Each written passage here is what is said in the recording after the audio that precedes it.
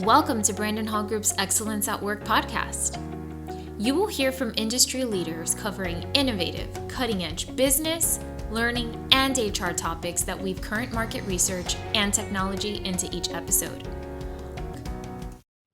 Well, welcome everyone. This is Michael Rochelle, Chief Strategy Officer at the Brandon Hall Group.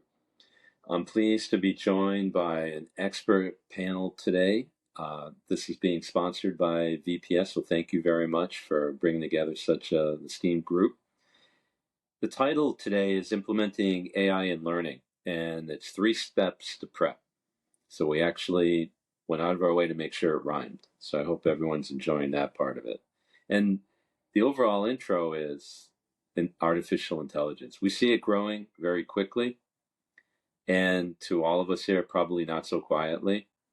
And it is becoming a dominant topic. And it's really affecting the adaptation and transformation in learning and development worldwide. But there's a good reason. I think we can all agree that the use cases are abundant, and we see early returns that are super promising. But I don't think anyone that's listening to this podcast would not agree that it's a daunting and potentially confusing area. And how do you do organizational preparedness? And most importantly, which I hope our panel will reveal for us today, is where to begin. So I'd like to kind of take this time to introduce the panel, and I've got some really thought-provoking questions for the group, and let's get started.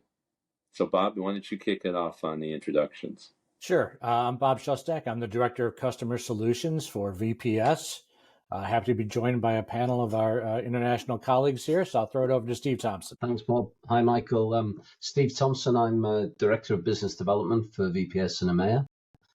And over to you guys. David first, perhaps. Hi, I'm David Spano. I'm a senior software engineer, and I run a team based in Michigan. Hey, hi, I'm Talat, and I just said Talat. Sorry, it's Talat. I apologize. My own name got that wrong. That's not a good start. And I'm was the head of development and just moved into a new role of learning and engagement consultant. Well, excellent. Your expertise and experience, I think, is right what we need to be as far as being able to answer these questions. So let me kick off with the first one. So as we all know, and I'm sure the audience here, we're all in some level of experimentation with AI. And we're all on that bubble of now moving to that all-important step of considering to use it. There's a lot of good deal of information out there. I mean, we kind of see like quality information coming out, but it's kind of, we would all agree, like maybe at a trickle pace. And we're just starting to hear about the potential watch points, the things that we need to start to consider. It's moving fast. So what I wanted to ask the group is, in your experience, seeing how this information flow is coming out, what do you think are some of the biggest myths or misconceptions around using AI in learning? Yeah, so Michael, I'll go first. That allows me to take the low-hanging fruit. Probably the biggest one out there that we see is that AI is going to put us all out of a job. And, to address that, I want to go with some recent implementations and experience we have. Look, we've all been asked to do more with less as time goes on, right? And part of that is because of technology. What we're finding is AI allows people to focus on the value-added aspects of their job. So, for instance, allowing subject matter experts to focus on information validation instead of generation activities that AI can be very useful in. So that's one thing I'd put out there. David, Talat, Steve, what do you think? One thing that springs to mind is the perception that AI is really difficult and expensive to implement. And of course, that's true if you're trying to develop your own LLM from the ground up. But for most businesses that can benefit from AI, you don't need to train your own models the size of, say, ChatGPT or Baird or any of the other models like so. But there are a lot of AI services that can be accessed at relatively low cost. You can even set up your own little AI GPTs fairly rapidly, easily, with little to no cost as well, and no technical or specialist skills required. So it really can be as big or as small as you need it to be. I think the other thing that I would bring up, just to kind of piggyback on what Talat was saying, is that AI is everywhere. I mean, we've been using it for like the last 30 years. I mean, every time your kid takes a video for TikTok and puts on some sort of a filter, AI is the reason why they're able to do that. I mean, it's in our everyday life. I think a big part of it is you're going to see AI popping up in numerous areas. You're going to be using it, not realizing you're using it. What we're really going to see is, anybody who can drive a car can drive a Ford Focus. They can also drive a Ford Mustang. Now you're going to get that Ford Mustang for the price of the Focus. Yeah, I mean, I'd echo that, David. I think we don't realize just how much AI is actually within the community, the business community, and our private community, as you say, from simply uploading videos, taking advantage of certain social media, through to more traditional tasks like driving. AI's out; it's here to stay. I think there's a myth that it's something new and exciting and to be feared, as Talat said. And I think the interesting thing for all of us in business is to realize that probably AI is across business. The myth that it's confined to one area or the other is there to be pushed, because whatever we're doing in our organization, there are areas where the treatment of data, the presentation of data, the convenience of accessing information that AI provides is something that we can embrace. Yeah. So Michael, just before we move on, I want to circle back on one topic that I think is very important. And David, I'm going to put this to you to address, if you would. But I know when I talk to clients, I hear a lot about concerns around data safety and data security, and where's my information going and who has access. So there's this fear that everything becomes available to everyone. Can you talk about that as a myth a little bit? Yeah, so there's numerous advancements happening every day, new white papers coming out weekly with different ways to handle this exact topic. There's a lot of concern around big companies like OpenAI and ChatGPT and things of the like. But as Talat pointed out earlier, it's very easy to set up your own 7 up to 70 billion parameter large language model in-house behind your own network so that your data never leaves the safety and security of your own servers. And on top of that, like I said, there's new ways of handling proprietary data with the benefits of a 4 trillion parameter system like ChatGPT. And then in-house, maybe you can't afford that, so you build a little 7 billion parameter system, and that smaller system's trained on your data. So you can ask the general question to the large system. As it comes behind the firewall, you get a refined answer from your smaller 7 billion system. You get the benefit of both worlds, and your data never leaves the security of your network. Excellent. Thank you. I was going to say, it's interesting the scalability that you refer to, David, because it is trying to match the tools that you need for your organization. And we've seen increasing ways in which you can use the power of something as large as ChatGPT, some more commercially viable or commercially available tools. But when you actually come back into your organization to help support your need behind your organization's firewall, you then can really leverage what it is you need for your business, to the size that you want for your business, the information flow you need for your business, and importantly, keep that information within your business and knowing what you're looking for. And we're seeing that increasingly, where the power of AI really can help you thrive. Just one thing from me as well, on the back of what David has just mentioned, is that there is this drive this move towards more federated learning services. So you've got this setup where the organization database is separate from the actual LLMs that they work on. So the data isn't actually transferred over to the LLM, and I think you're going to see a lot more of that coming out as well, because I think data privacy security is a huge topic when it comes to AI specifically. Yeah, these are all excellent points, and it kind of begs the next question, which is we've broken through the barrier of the myths and misconceptions. We've educated our team. We understand the power of this. It's also its limitations, where we need the governance. And we've even begun to go through a self-discovery process of what skill sets we might need as a learning organization to harness AI. But the question still remains, and I think we're just at the edge of being able to answer that, is what type of internal evaluation or preparation needs to be done before you can actually implement, before you throw open the front doors of your organization and invite them in? What do we need? What do we need to do to get ready? I could start with that one, Bob. So I think one of the key ones is the organization needs to understand what its aims are, what it's trying to achieve with AI. So essentially, just be able to define what the objectives are for that organization. That would be a key element to address as an organization. Steve, you were kind of going at this with answering the previous question. Maybe you can pick up on that. Yeah, I think it's understanding that, without oversimplifying it, that we can use AI like any tool in business. And understanding if the outcome that you're looking for is to be able to spend less time physically moving data yourself, but more time implementing your interpretation of said data, or you're looking to shorten a certain process, or you might be looking to help yourself with translation or whatever. All of those are important AI tools, but it's not what you want to do with them in the business, and also with the people that are in the business, helping them understand and realize the power that AI can have to improve the efficiency in their job. I think it's really dangerous if you just unleashed AI in an untethered manner, like something in the Wild West.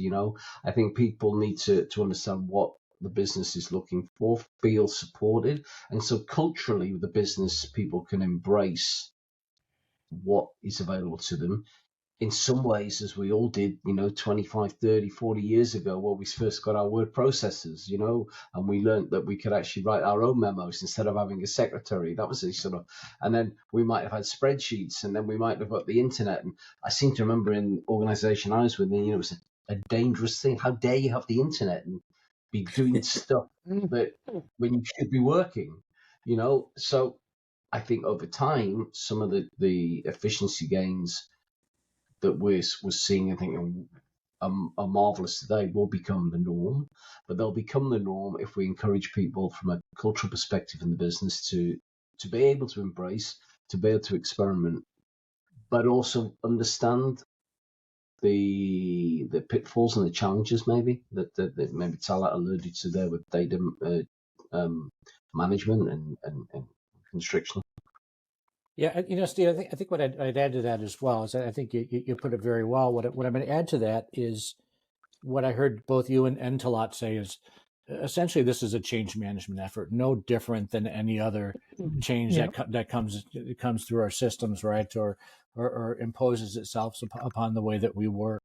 So those same things apply, and every time I speak with you, Michael, I feel like I'm on a podcast called Back to Basics with Bob, right? Because it's always getting back to agree upon what success looks like, communicate with your stakeholders, right? Mm-hmm. So those things are very common, but I think the part that's from a technical standpoint, and maybe technical is not the right word, but it's assessing your capabilities and your skill sets internally, and also recognizing where you need to get help, right? To make that vision come to life, because we're fortunate to have people like David and Talat within our organization that understand how to engineer and design solutions. Not every organization has that, which is why we exist, to help in those situations. But there has to be you have to understand what you're trying to do, understand what tools are out there, understand the skill sets that you have and that you need to acquire. David, let me ask you particularly about this, if you don't mind, is we've kind of touched on these organizational pieces, like the high level stuff. And I know we're going to get into the change management, but you were bringing up some very technical points of view. Mm-hmm. How does a team that's just getting up to speed on the skill set to look at AI simultaneously know what you know to do a very highly technical implementation correctly? Well, I think the first thing to know is it's not as technical as it sounds. It can be a little alarming when you hear somebody using words like proxy tuning and fine tuning and large language models and all that. But really what it comes down to is anybody who is capable of having a conversation with a 5-year-old is capable of having an artificial intelligence do what it wants. The birth of the large language model, and it's, just the spotlight that's been shined on it since, ChatGPT was released, has really kind of shown that anyone who can talk through a prompt in whatever language, English, for instance, can have an AI do whatever they want. The real key factor there is that you speak to it like it's a 5-year-old. It needs to know everything you want it to do. So getting that system installed with maybe your little 7 billion parameter Llama 2 LLM in place, that you may need a little bit of assistance to have it installed. Once it's installed, actually using the AI is really about asking it the right questions. And that's, to what Bob said, that's what we're here for. The real, I think, magicians of AI are the individuals who can craft a prompt to ask the machine to do exactly what they want it to do. Those of us on the back end with the technical knowledge that set up the hardware and figure out the processing and stuff, that's really, it's mathematics, really, as opposed to the individuals on the front end who can really craft that perfectly worded prompt. I think there's a lot of people in the audience that are now officially breathing a sigh of relief that if a 5-year-old can do it, they're willing to step up to the plate and give this AI thing a try. So I mean, that's very exciting to hear. I'm going to pitch it back to Bob to kick off our last question, which is, VPS has been doing this forever. I mean, you've been at it since the 90s, clearly an industry expert. You know that with anything like this, you've done so many different types of implementations with organizations. Change management is the key. This has to have a soft landing. It's got to have a productive landing within the organization. Give the audience some best practices on how you've seen organizations embrace and get ready for change, and particularly this brand new change management model we're looking at for AI. Yeah, as I said earlier, I think one of the things is to have, just as you would with any other change initiative, a campaign around that, a communication plan and strategy to different levels and stakeholders in the organization. One of the most important things, Michael, and we had talked about this a little bit at the start of the year, is, and even in previous questions, is setting up the proper expectations. And so that you can be successful and you can measure success. And we touched on that a little bit earlier. I'm going to give you an example of that. We ran a competition with the U.S. Navy at the end of last year. And in that competition, the U.S. Navy said, hey, you know what? We want to decrease the time between when we come to you with an idea and the learner gets the learning. Now, if they just left it at that and said, go use AI to do that, who knows what they might have gotten, right? But they didn't leave it at that. They said, come to us. We want you to use large language models specifically to reduce the amount of time and effort in the analysis process to increase speed to learner, right? They specified the tool. They specified which part of the process they want affected. Organizations have to be very specific and purposeful in naming those conditions to get results. You can't boil the ocean, to use a bad analogy in this instance, but again, to be specific and useful. It's a good analogy, and the Navy is the OG of critical path methodology, right? For building subs, so that who's going to know better how to make this happen? But Talat, I'm going to ask you the same question in a different way: is how do you solve for the two-part variable of I'm going to be implementing it and I'm just learning it, and I don't really know what the change curve is yet. Everyone in the organization is expecting me to know the change curve already. Like, what do you do about that? Well, that's a good question. I think, if anything, is just make sure you understand what you're trying to achieve. I mean, that's got to be the starting point. And from there, everything else will follow. And, as we've said before, it's not exactly an alien process. It's very similar to what we do with most other rollouts. with just a few caveats. I say a few caveats, some major ones, for AI. But ultimately, the process is pretty much the same. The change management process, the approach is very familiar. It will be familiar for most people who have gone through change. And I think for me, it's knowing that it's not that dissimilar to what we've done before, and I'd let that kind of guide me through the stages. I learn as I go, absolutely, but there is that distinct framework that we can use, adapt it slightly, but that will take us where we need to go. Gotcha. And David and Steve, to kind of round out this, I'll ask you kind of a combo question, which is most folks, when they're implementing technology and dealing with change, they go for things like user adoption, like, 80% of the people using it in 90 days. And, they have kind of familiar benchmarks to know that they've succeeded in a good change management. Have you seen anything in all the experience the two of you have? Are there metrics that you can share with the audience of what you're shooting for to know that you're successfully managing the change? Just thinking, is it specific about metrics to manage the change, other than just maybe a broader acceptance of the use of AI? I think it was Microsoft, their work trend index shows that I think about 70% of people have said that they'd like to delegate as much of their work as possible to AI to lessen their workloads so that they can be more productive in other areas, which is great.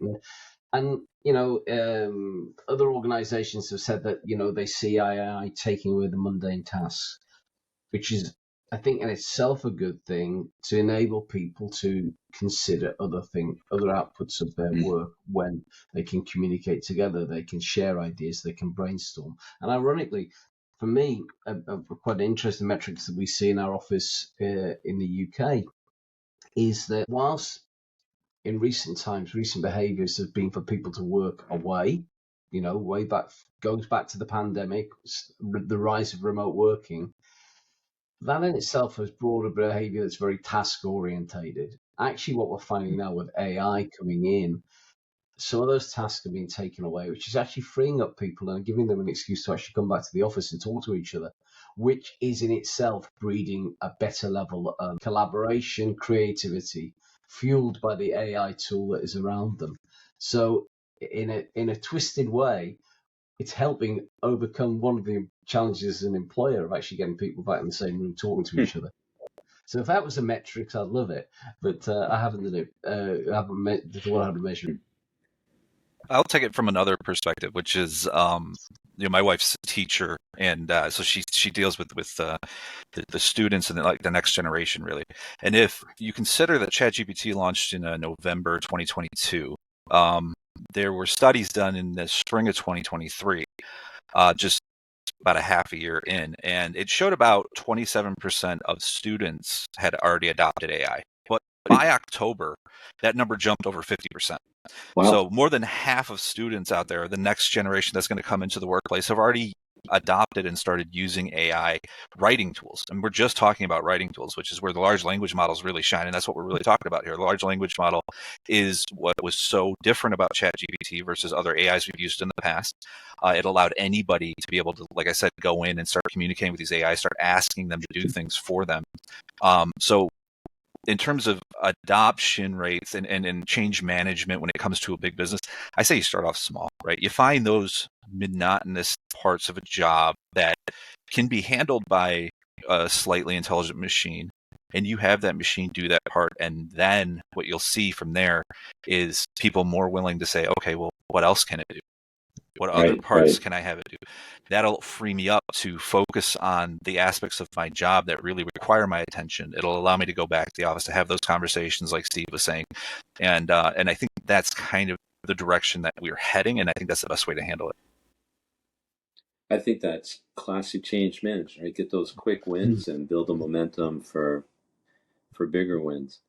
This has been an education, and I've really enjoyed being a part of this. I hope our audience has as well. Again, VPS clearly a leader in helping learning organizations really think through what is probably one of the most complicated yet exciting aspects of technology to be introduced to that team. I want to thank all of you for your time, as always.